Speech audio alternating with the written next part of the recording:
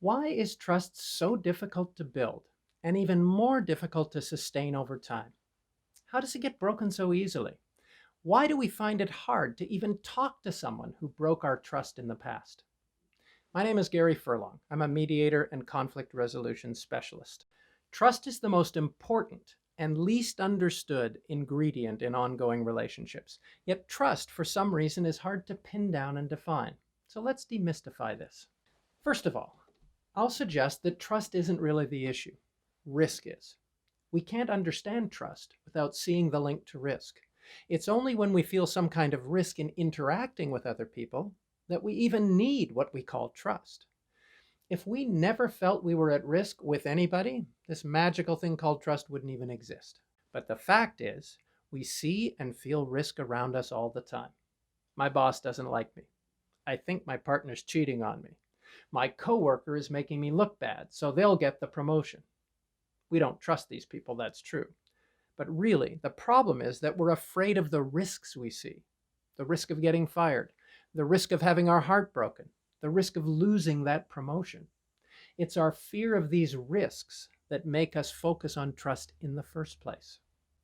So if lack of trust is caused by risk, we need to think about trust as the actions we take to lower our risk in working with others. There are two different approaches, two different types of trust that can lower risk. The first approach is to make friends with people, bond with them, connect with them, be likable, be nice to them, give them what they want to show we're safe to be around, and hope they'll do the same with us. This creates a type of trust we call personal trust. We show them we're honest, nice, and safe to be around, and they reciprocate. Personal trust is based on knowing someone well, learning who they are, and knowing their character traits. Unfortunately, trying to rely solely on personal trust, especially in our work relationships, doesn't work, plain and simple. Being nice and helpful at work is a good start, nothing wrong with it, but it takes a long time to build friendships and strong personal trust at work, and it's easy to break. And we still feel risk with acquaintances who seem nice. Will they be there when it really counts? Do they really have our back? There's another way to build trust and to minimize risk. Have you ever heard someone described this way? I don't like them, but I respect them.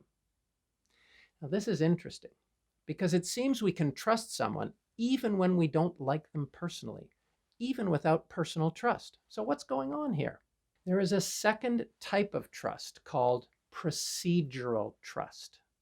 This approach to trust focuses on taking the risk out of the process, out of the environment, or out of the structure we're working in, virtually regardless of the individuals we're working with. It's establishing and following certain principles that minimize the risk for everyone. By minimizing everyone's risk, trust grows. So how do we minimize risk this way? What creates this procedural trust? What are the behaviors or principles that minimize risk for everyone? Here are the most important ones. The first is transparency, openly and willingly sharing information regularly. Transparency is critical because whenever people don't know what's going on, what do they always assume? The worst. Transparency and openness, even when it's bad news, lowers our sense of risk and builds trust. Consistency and reliability is next. If the organization is consistent and reliable, we'll trust it more. If our leaders or colleagues are unpredictable, if we're always walking on eggshells, it becomes risky to be around them and trust is low. Respect is next, and it's critical. If the process or environment is disrespectful in any way, we want nothing to do with it. Listening is another key risk-reducing behavior. When people feel heard, when they have input, maybe even a bit of control, they feel part of the process. It creates buy-in and trust. Giving clear reasons and explanations for decisions also reduces fear. When we understand why a decision was made, it's much easier to accept it, whether we like the answer or not. When decisions are seen as arbitrary, though, risk skyrockets. Focusing on common interest is the last one. If leaders are seen as self-interested, we're wary and risk is high. Focusing on common interests, however, is seen as ethical. In other words, if someone is demonstrating many of these behaviors or following these principles, we feel safe with them, even if we personally don't like them. That's powerful stuff. With procedural trust, we don't have to be liked to be trusted. Some quick and concrete examples. When promoting or hiring, establish clear skill, education, and experience requirements for the job and post it, along with the full process: screening, number of interviews, final decision, debrief and feedback for all candidates. This is transparent, consistently applied, explain why someone was hired or not, and meets the common interest of the best candidate for the job. It becomes easy to trust this process. Next, when choosing a contractor for construction work, establish a step-by-step payment schedule that is directly linked to milestones in completing the work. Payment is made when each step of the work is completed and inspected. This is transparent, reliable, and meets common interests: the work done properly and timely payment made. When introducing change in a workplace, engage your staff in a consultation and feedback process. Communicate a timeline for both the proposed changes and their implementation. Be crystal clear about what feedback can be used and what feedback can't be used and why. This process is transparent, listens to participants, is consistent and reliable, explains why, and sets common goals and objectives. If done respectfully, it will gain strong support and buy-in instead of resistance.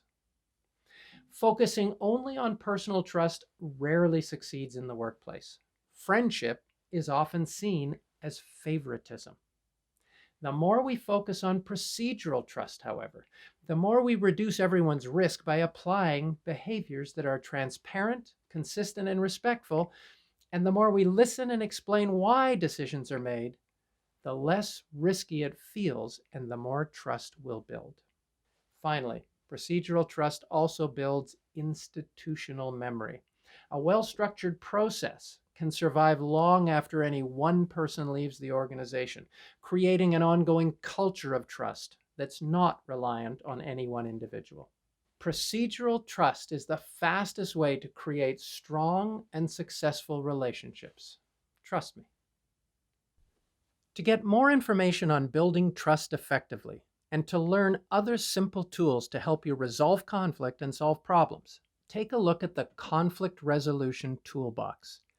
It gives you even more strategies and skills for building trust, along with 8 other practical tools for resolving any conflict effectively.